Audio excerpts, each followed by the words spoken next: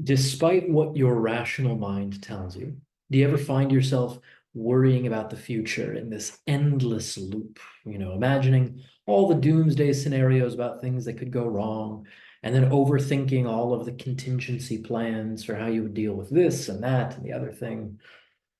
It's exhausting, right? And not only is it exhausting, it actually makes you less effective at dealing with problems in the present.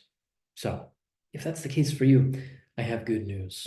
I'm Chandler Stevens with The Grounded Founder, and in this video, I'm going to walk you through a very simple strategy for how you can basically rewrite the mental habits that lead to this anxious worry about all the things that could go wrong so that you can be more focused, more calm, and more effective at getting done in the moment the things that need to get done.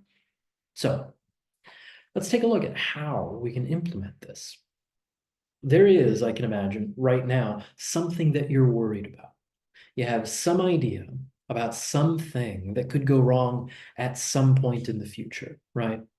And given the state of the world, there's no shortage of things about which we might worry. Maybe you're worried about widespread political instability. Maybe you're worried about ecological devastation and loss of biodiversity. Maybe you're worried about, I don't know, something as everyday as making your next sale.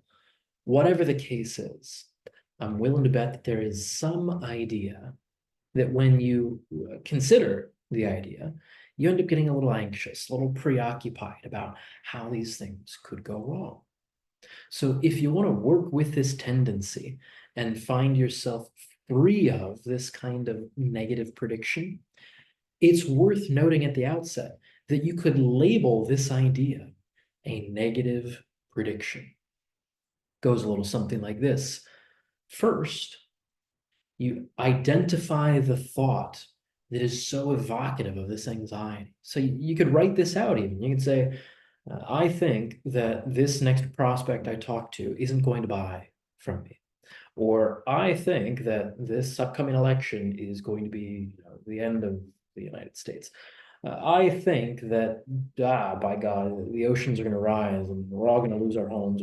Whatever the case is, write out the thought and then just draw a box around it, point an arrow to it. Whatever the case is, label the thought a negative prediction, which is to say, it is a prediction about some negative future scenario. That's the first thing, is labeling the thing what it is, which is a negative prediction. After you've done that, it's worth checking in with reality for a moment. We could do a little reality testing and ask, do you, my friendly viewer, do you have a crystal ball in your possession that lets you predict with total certainty how the future is going to go? Now, clients of mine, they'll laugh at this because inevitably we reach a point where they get so tired of me asking this question. But until we update the habits of negative predictions, we have to ask this again and again and again. We really are changing what for many people is a deeply embedded habit of negative prediction. So the second step is this: ask yourself, do you have a crystal ball that lets you predict with total certainty how the future is going to go? Now, in asking this, I know that there is all sorts of historical evidence. Ooh, gonna knock over the lamp. All sorts of historical evidence that leads you to think that this thing is going to happen. I know. However, maybe a follow-up question is this: are you doomed to repeat history? Does history just bulldoze into the future and obviate any possibility of change? Probably not, right? So in your heart of hearts, I'm willing to bet that you do not believe that you actually can predict the future with total certainty. If you do, maybe that's beyond the scope of this video, but for most of the people that I check in with, they're at least willing to concede the fact that no, history does not necessarily predict the future with total certainty. They're not doomed to repeat these things. So in that case, let's take it a little step further. If you can identify the anxiety-provoking thought, the negative prediction, and if you can check in with your reality testing here and confirm that no, you cannot predict the future with total certainty, then you find yourself in a very curious situation, which is a state of not knowing. And it is so important for us to recognize that apprehension of the unknown is a universal human tendency. It is perfectly reasonable to be a bit nervous in the face of uncertainty. And here's why.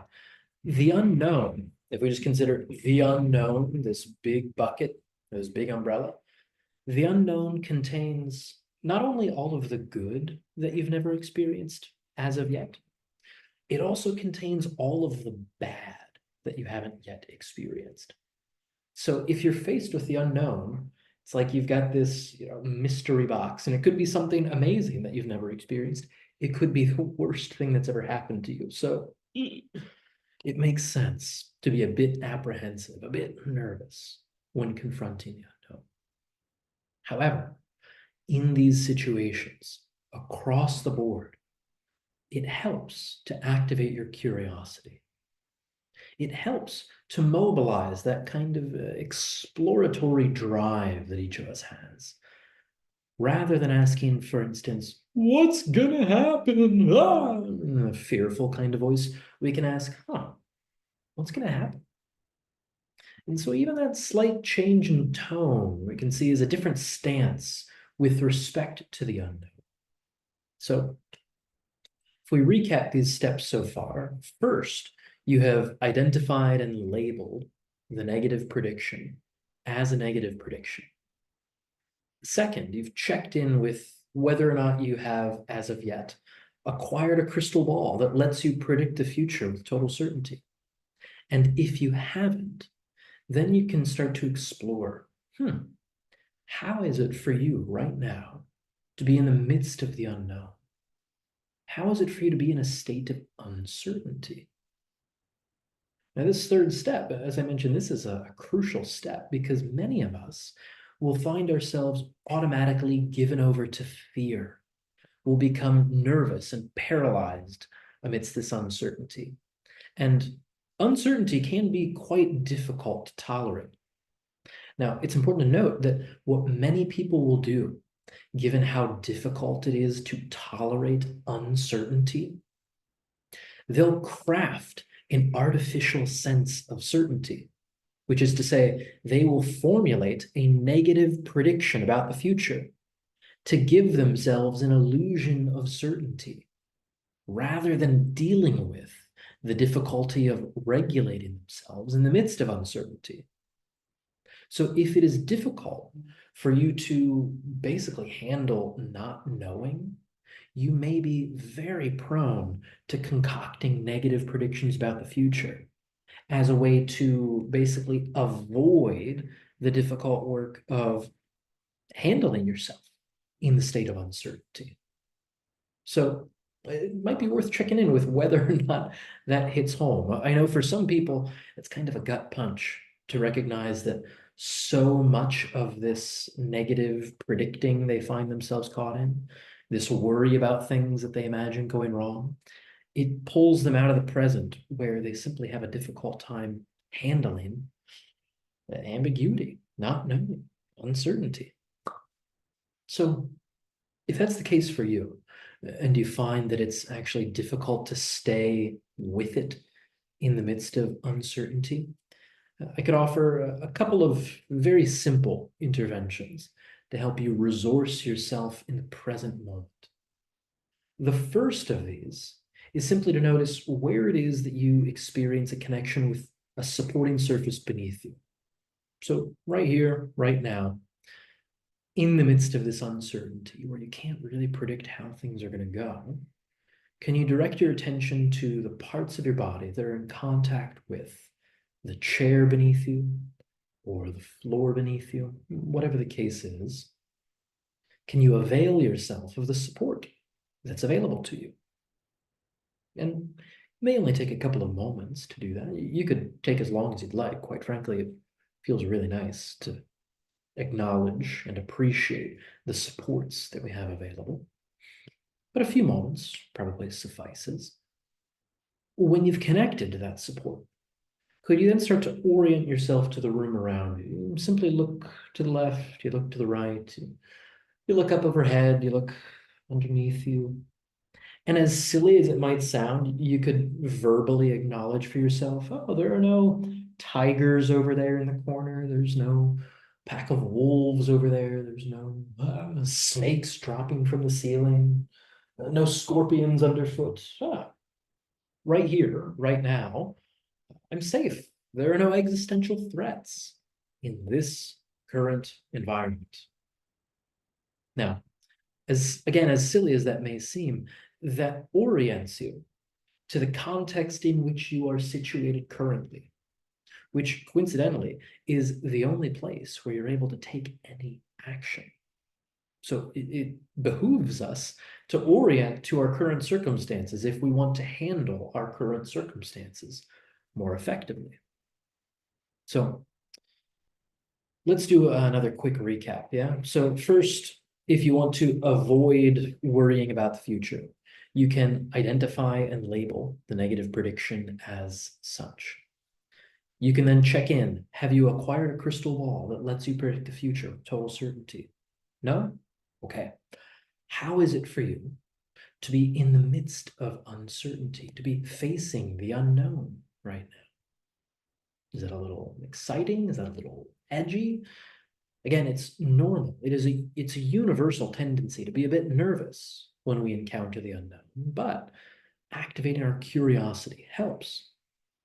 And if you need a little support in the activation of that curiosity, you can direct your attention down to where you actually have support available right now. You can notice the parts of yourself that are connected with the chair or the floor beneath you. And you can orient to your present circumstances literally by looking left and right and up and down and all around to assure yourself that here and now there are no existential threats. Now, as I mentioned, for many people, this takes some reps, right? It takes a little bit of practice to basically rewrite some of the habits. This is a habit of thinking, we could say, to worry about the future. So it can take some practice, but what you'll find is that the more familiar you get with these steps, labeling the negative prediction, checking in with the crystal ball, exploring your experience of uncertainty in the present moment, what you'll find is that this becomes second nature relatively quickly. And as a result, you'll spend less and less time and less energy worrying about things that haven't yet happened, that quite frankly aren't real. Is that too much? Worrying about these things that at least haven't yet come to pass. And you then have all of that time and all of that energy available to you, pulling it back from the future into the present moment. And if you are grounded and oriented in the present moment, with all of this time and all of this energy available, you may very well find yourself much more capable of taking action in the present that genuinely prevents those things from happening. I would imagine that there's likely something going on in the present that for one reason or another is kind of uncomfortable, and maybe you avoid that by taking flight into the future. Just a possibility. So if I can go one step further, maybe one other idea to support you in the midst of this, facing this unknown, facing this uncertainty, the question that can organize your behavior is this: what do you want to become of this? This situation in which you find yourself now, what do you want to become of this?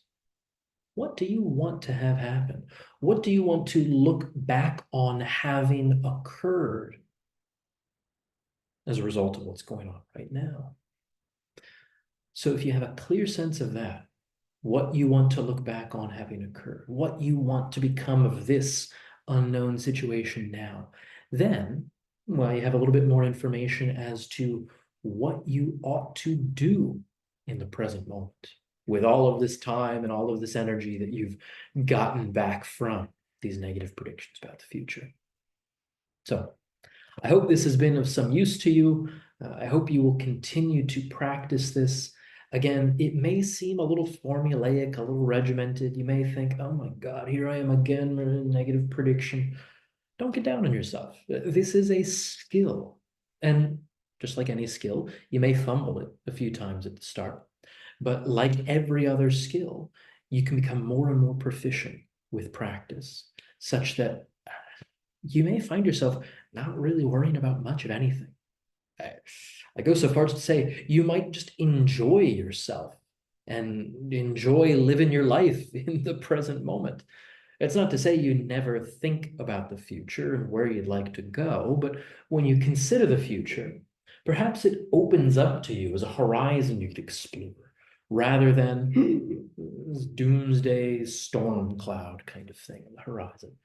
At least that's been my experience and the experience of many, many clients that have gone through this kind of practice too.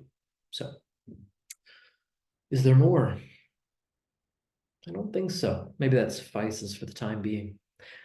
If you'd be so kind, I would love to know what of all of what we've discussed in this video, what's the difference that makes a difference? What is the one thing that sticks with you that really is going to make a change for you moving forward? Would you drop that in the comments below? That both helps me understand how to communicate these things better. It helps you actually consolidate and hopefully then implement what we've covered here. And I think, I'm not sure, I think that actually helps these videos become more visible to other folks like you who could benefit from it too. So go ahead and drop that down in the comments below. If you have any questions, I'd love to hear those as well. And I will look forward to speaking with you again soon.